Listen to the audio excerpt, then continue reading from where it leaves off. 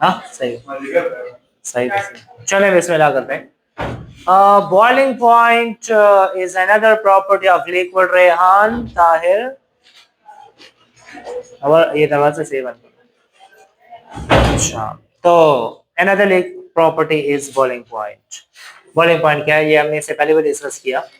जब भी हम किसी लिक्विड को हीट करते हैं, मुसलसल हीट करते हैं, तो एक टेम्परेचर ऐसा आता है कि लिक्विड का वेपर प्रेशर और हवा का प्रेशर बराबर हो जाए। जब ये दोनों बराबर हो जाते हैं तो ऐसे टेम्परेचर को बोला जाता है बॉइलिंग पॉइंट। जैसे कि हमने डिस्कस किया कि हमारे पास जो वाटर है, और वाटर के लिए मैंने टेम्परेचर लिया है 25 डिग्री सेंटीग्रेड। 25 डिग्री सेंटीग्रेड पे वाटर का वेपर प्रेशर कितना है? 24 मिलीमीटर ऑफ मरकरी। ठीक है। हवा का प्रेशर कितना है सी लेवल पे? तो सी लेवल पे हवा का प्रेशर है 760 मिलीमीटर ऑफ मरकरी।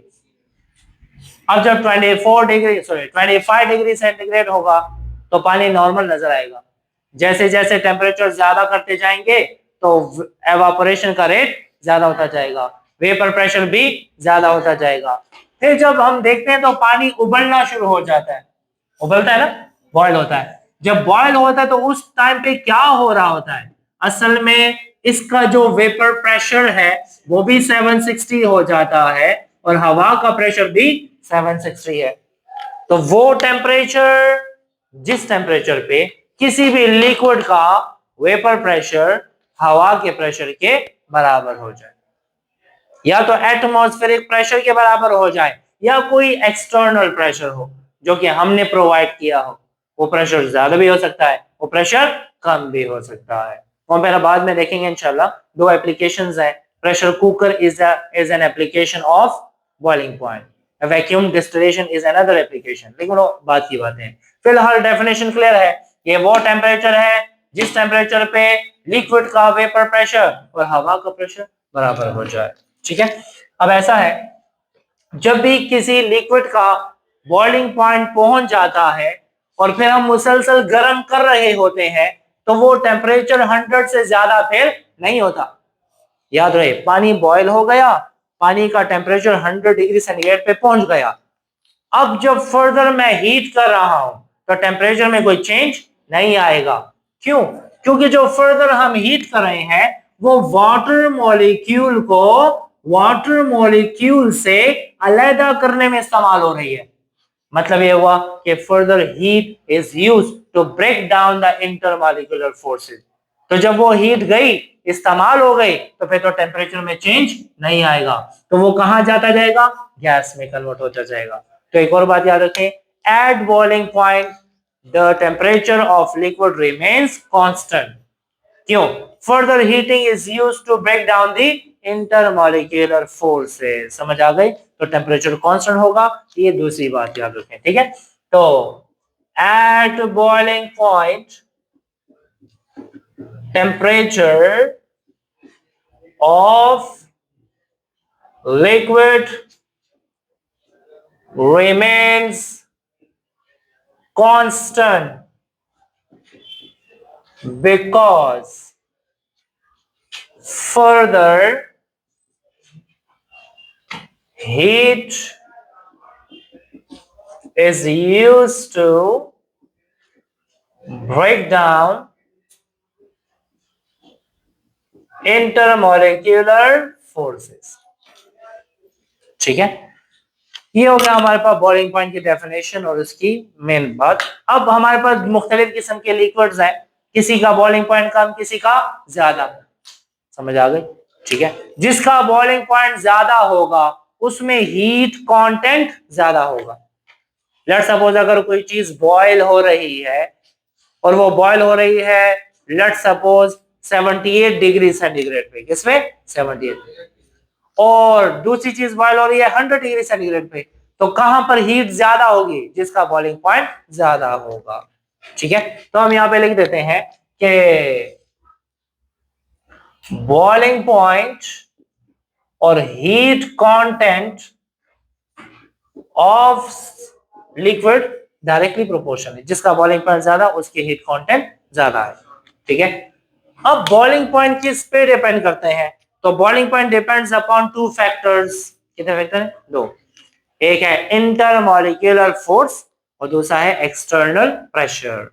तो we have two factors,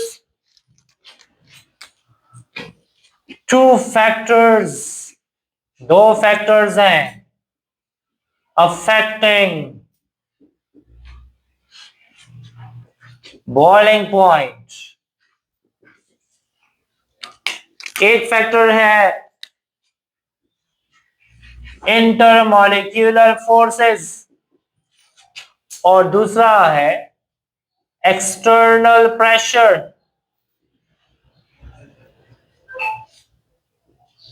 external pressure, पहले आपने याद रख लेना है कि इंटरमॉलिक्यूलर फोर्सेस ज्यादा होंगी तो बॉइलिंग पॉइंट ज्यादा होगा, मैं एक्सप्लेन करके बताता हूं, और एक्सटर्नल प्रेशर ज्यादा होगा तब भी बॉइलिंग पॉइंट ज्यादा होगा। इसका मतलब दोनों के साथ कौन सा रिलेशन है? Direct. Intermolecular forces boiling point direct, external pressure boiling point direct. तो पहले तो आपको ये याद रख लेना है कि एक लिक्विड है इंटरमॉलिक्यूलर फोर्स वीक है और दूसरा लिक्विड है इंटरमॉलिक्यूलर फोर्स स्ट्रॉन्गर है, तो किसका बॉइलिंग पॉइंट ज्यादा होगा? जिसकी स्ट्रॉन्गर फोर्सेस हैं। अब हम अप्लाई कर लेते हैं क्यों ऐसा होता है। मैं एक कंटेनर में लेता हूं वाटर, रेहान क्या लिया? वाटर लिया, लिक्विड तो लिया लेकिन वाटर। और दूसरे कंटेनर में ले लिया मैंने एथर, ये है वाटर एट 25 डिग्री सेंटीग्रेड। फिर लिया मैंने एथर एट 25 डिग्री सेंटीग्रेड। ठीक है, 25 डिग्री सेंटीग्रेड पे वाटर का वेपर प्रेशर कितना है? कितना है? 24 मिलीमीटर ऑफ मरकरी। और एथर का हमने पढ़ा कितना है? पढ़ा है ना? नहीं नहीं, 537 मिलीमीटर ऑफ मरकरी है ना। अच्छा, याद रहे किसमें फोर्सेस स्ट्रॉन्गर है? वाटर में कौन सी फोर्सेस है? Hydrogen bonding. और एथर में क्या है? London dispersion force. किसका बॉइलिंग पॉइंट ज्यादा होगा? वाटर। क्यों? असल में ऐसा है, हवा का प्रेशर कितना है? 760, मतलब 1 एटमॉस्फेरिक प्रेशर, और यहां पर हवा का प्रेशर कितना है? 760 मिलीमीटर ऑफ मरकरी। अब ऐसा है, पानी बॉयल होगा, पानी बॉयल होगा तब कि जब मैं 24 मिलीमीटर से क्या बनाऊं? 760। और एथर बॉयल होगा तब कि जब एथर का जो 537 है इसे क्या बनाऊं? 760। अब आप बताएं, 24 से 760 बनाना मुश्किल है क्योंकि डिफरेंस ज्यादा है, और यहां पर डिफरेंस कम है, तो कम टेम्परेचर पे ये बॉयल हो जाएगा और ये ज्यादा टेम्परेचर पे फिर बॉयल होगा। तो फिर हमें पता लगा कि यहां पर हम एक और रिलेशन ले सकते हैं कि boiling point is inversely proportional to vapor pressure of a liquid. If a liquid have greater vapor pressure, its boiling point will be lesser. कम होगा। अगर वेपर प्रेशर ज्यादा है तो बॉइलिंग पॉइंट कम। समझ आ गए? ठीक है, 24 से 760 बनाना मुश्किल है, लेकिन 527 से 760 बनाना आसान है क्योंकि वहां पे थोड़ा सा डिफरेंस है और यहाँ पे डिफरेंस ज्यादा है। इसी वजह से पानी का बॉइलिंग पॉइंट होता है 100 डिग्री सेंटीग्रेड और एथर बॉयल होता है 34.6 डिग्री सेंटीग्रेड। समझ आ गई? तो 34.6 डिग्री सेंटीग्रेड। अब एक और बात याद रखें समीर, अगर आपसे बोला जाए कि मैं बॉइल्ड वाटर किसी पे गिरा दूं और फिर मैं बॉइल्ड एथर किसी पे गिरा दूं तो कौन ज्यादा जलाएगा? क्योंकि वहां पर टेम्परेचर ज्यादा है। एथर बॉयल हो रहा होगा लेकिन 34.6 डिग्री सेंटीग्रेड से टेम्परेचर ज्यादा नहीं होगा।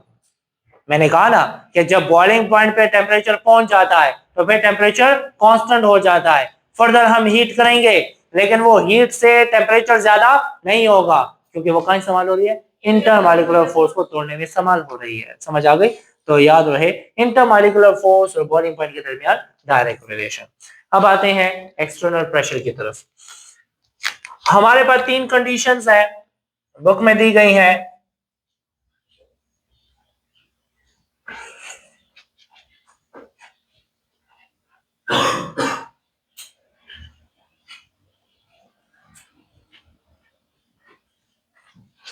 एक लिया मैंने सी लेवल, एट सी लेवल,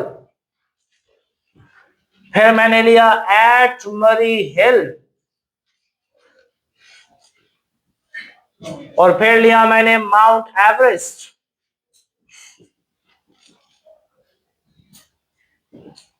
ठीक है, हमें पता है कि सतह समंदर पे हवा का प्रेशर कितना है, 760 मिलीमीटर मरकरी, जो बराबर है 1 एटमॉस्फेयर के। जैसे जैसे अल्टीट्यूड पे जाते हैं, हिली एरियाज में जाते हैं, तो हवा का दबाव कम होता जाता है। आपने सुना होगा कि जब हिली एरियाज पे लोग जाते हैं और काफी ऊंचा जाते हैं तो वहां पे ऑक्सीजन की कमी फील होती है। क्यों? क्योंकि हैवियर गैसेस नीचे रह जाती हैं। ठीक है, तो याद रहे यहाँ पे सी लेवल पे हवा का प्रेशर है 1 एटमॉस्फेयर, मरी हिल पे हवा का प्रेशर है 0.921 एटमॉस्फेयर, और माउंट एवरेस्ट पे हवा का प्रेशर है 0.425 एटमॉस्फेयर। अब ऐसा है मुतीब, सी लेवल पे पानी बॉयल होगा तब होगा कि जब इसका वेपर प्रेशर कितना हो जाए, 1 एटमॉस्फेयर, मतलब 760 के बराबर। ये कब होता है? At sea level the boiling point of water is 100 degree centigrade. Kelvin में कितना है? 373 केल्विन। सी लेवल पे पानी किस पे बॉयल होगा? 100 डिग्री सेंटीग्रेड पे। ठीक है, और या 373 केल्विन पे। अब मरी हिल पे जब हमने पानी को बॉयल करना है तो हमें इसका वेपर प्रेशर कितना चाहिए? 0.921 एटमॉस्फेयर। हमें प्रेशर इसके बनिस्बत कम चाहिए, तो हमें टेम्परेचर भी कम चाहिए। एक्सपेरिमेंटली देखा गया कि मरी हिल पे पानी बॉयल होता है 98 डिग्री सेंटीग्रेड पे। Boiled water at Murree and boiled water at sea level, दोनों की हीट में फर्क है, दोनों के टेम्परेचर में फर्क है, क्योंकि वो बॉयल होता है 100 पे और ये बॉयल होता है 98 पे। केल्विन में कितना है? 371 केल्विन। ठीक है, माउंट एवरेस्ट पे जब पानी बॉयल होना चाहता है तो कितना प्रेशर चाहिए? 0.425 एटमॉस्फेयर। ये तो बहुत कम प्रेशर है, क्योंकि हवा का प्रेशर भी कम है। तो एक्सपेरिमेंटली देखा गया कि माउंट एवरेस्ट पे पानी बॉयल होता है 72 डिग्री सेंटीग्रेड पे, मतलब 345 केल्विन पे। एक्सटर्नल प्रेशर है ज्यादा तो बॉइलिंग पॉइंट है ज्यादा।